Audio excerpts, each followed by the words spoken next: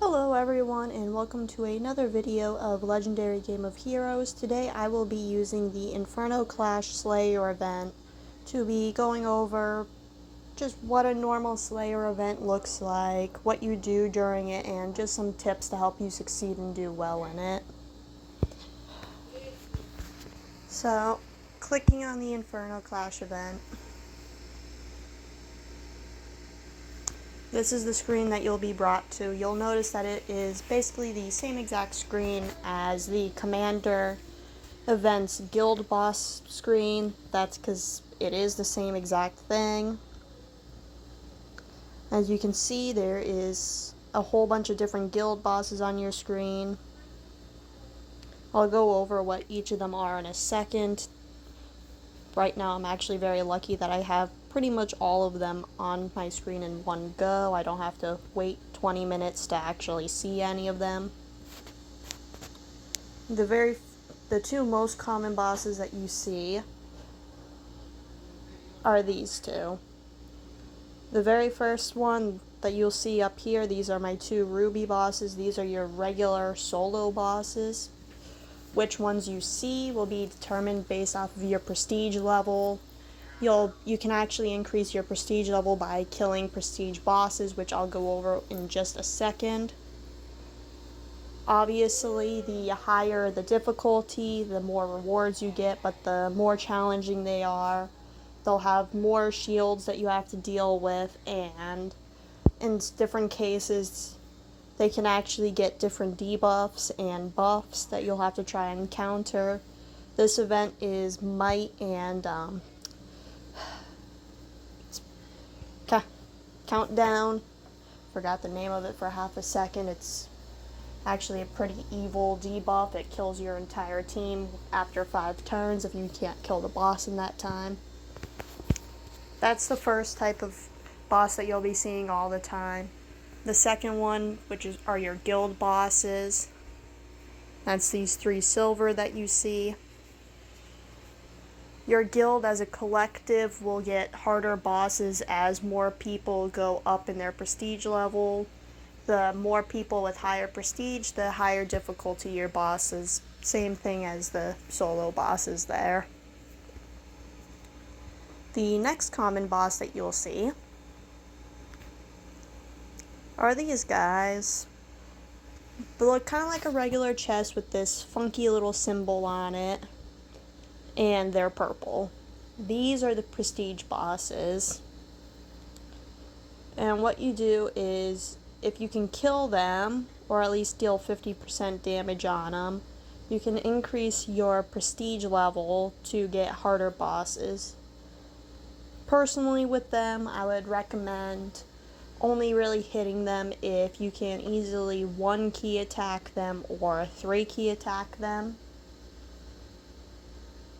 Otherwise, other people are just going to be able to come in and steal your kills, and you're going to be losing out on a lot of points that way. Plus, if you do manage to kill it, either you just barely make the 50% or you hit it several times, now you're going to be stuck with a lot of solo bosses that you can't kill, because your solo bosses will spawn in at whatever level these prestige bosses were. So, for example, if I were able to kill this Corellium, I can't with my current deck, but if I were able to kill it, all of my new solo bosses will be diamonds and Corelliums, which would be an obvious issue for me because I can't kill Corellium. Half my solo bosses would be going to waste. You guys get the picture. And the final boss that you'll see for a normal Slayer event is this one right here in the middle. It's called a multi-boss. It is the same exact thing that you see in the Commander events, same exact function. You'll see a group of 2 to 4, sometimes once in a blue moon 5 bosses, and you have to use different teams to kill them. Once you kill the first boss, the team that you use becomes locked and you have to use a different team. So those are all the bosses that you can see. I used this event to go over Slayer event mostly because the previous Slayer event had funky bosses because it was a Valentine's Day event. It's the only reason why I didn't post a video back then.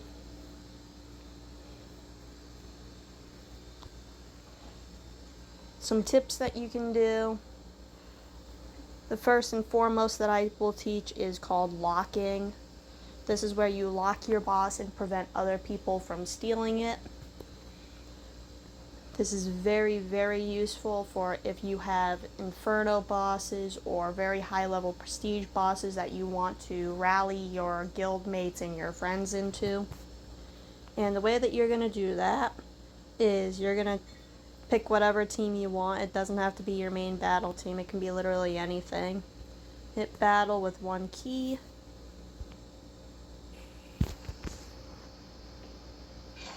Let this load. The important thing is not to attack. You just hit pause, quit battle. Now this boss is locked. No one else can touch it unless I rally them. And of course I hit rally ally and rally whoever you want.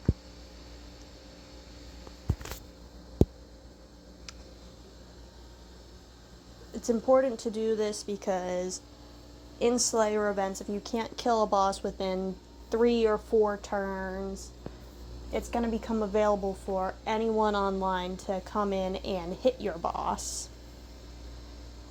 And you'll notice pretty quickly other people jumping in to try and get the different rewards for hitting the boss.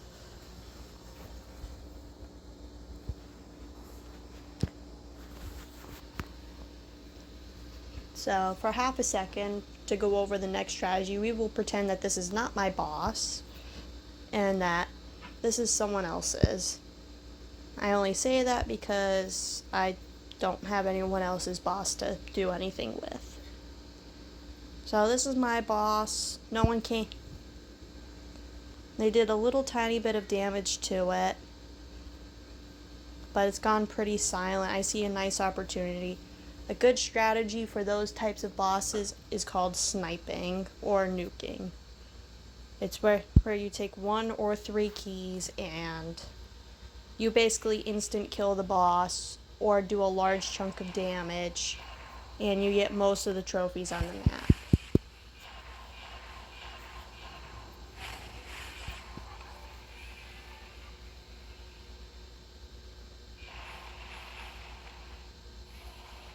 It is important to note that if someone else attacks at the same time as you, sometimes they can get the finisher kill and the MVP depending on how strong their hit is and them hitting at the same exact time as you. But in this scenario, if I were hitting someone else's boss, I obviously instant killed it.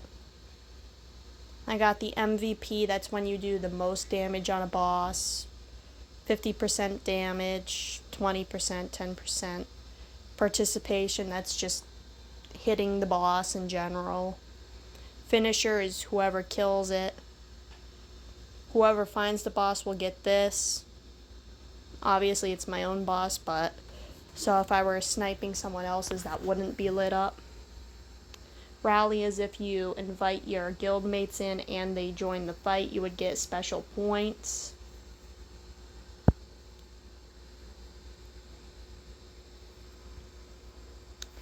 And the other thing that you can do, and I obviously don't have someone else's boss to try this with, is when you see an enemy boss, you know you can't even do 10% damage to it,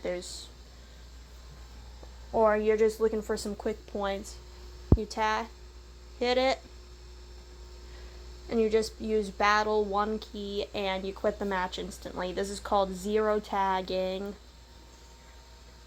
and you'll only get the participation reward, you won't get anything else. But if you're in a real quick fix for, you need just a couple more guild keys, or you're really having bad luck with killing things and you see this nice boss here that's sitting out in the open, just tag it, get some quick points, get some quick keys, and it can help a lot. I'd recommend always doing that when possible, just because it is more keys and you will be burning through them during Slayer events. Those are the two biggest things about Slayer events. For guilds, there's also frenzies. And what a frenzy is your guild leader or council members can spawn in frenzy bosses. These are harder than normal bosses, and what they do is you kill them within 15 minutes, and you can get a massive amount of points in a very short time. When you do that is obviously dependent on your guild leader and your council members. A lot of times they have strategies regarding this. There's really not too much else to talk about with Slayer events. I don't have any Inferno or Eternal bosses. Those are special bosses that you'll see pretty often as well. Inferno bosses have much higher than normal damage and slightly increased health. They cost 3 keys or 9 keys to attack instead of the normal 1 and 3, but they also yield a lot more points because of it.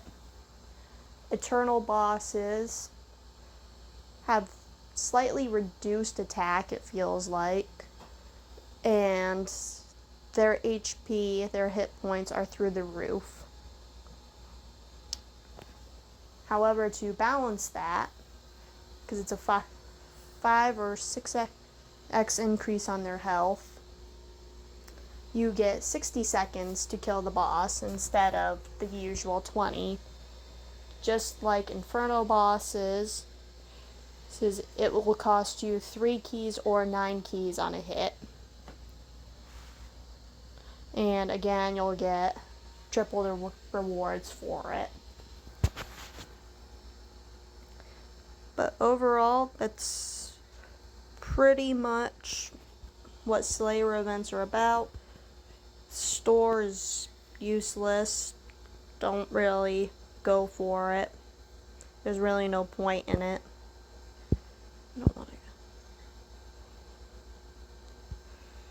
And the season just shows you the regular season screen.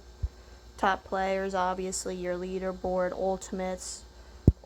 Ultimate Warden seems to be a new vault thing that I have to do a little bit more research on,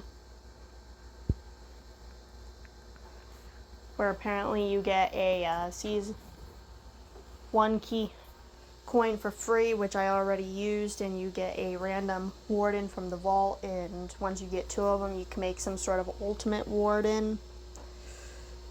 Have to do a lot more research on that. Collections is this usual one. You can tell I haven't done too much playing. I haven't unlocked everything yet.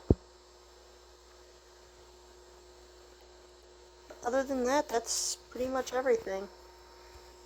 I hope you all have a wonderful Slayer event and lots of fun, and stay legendary.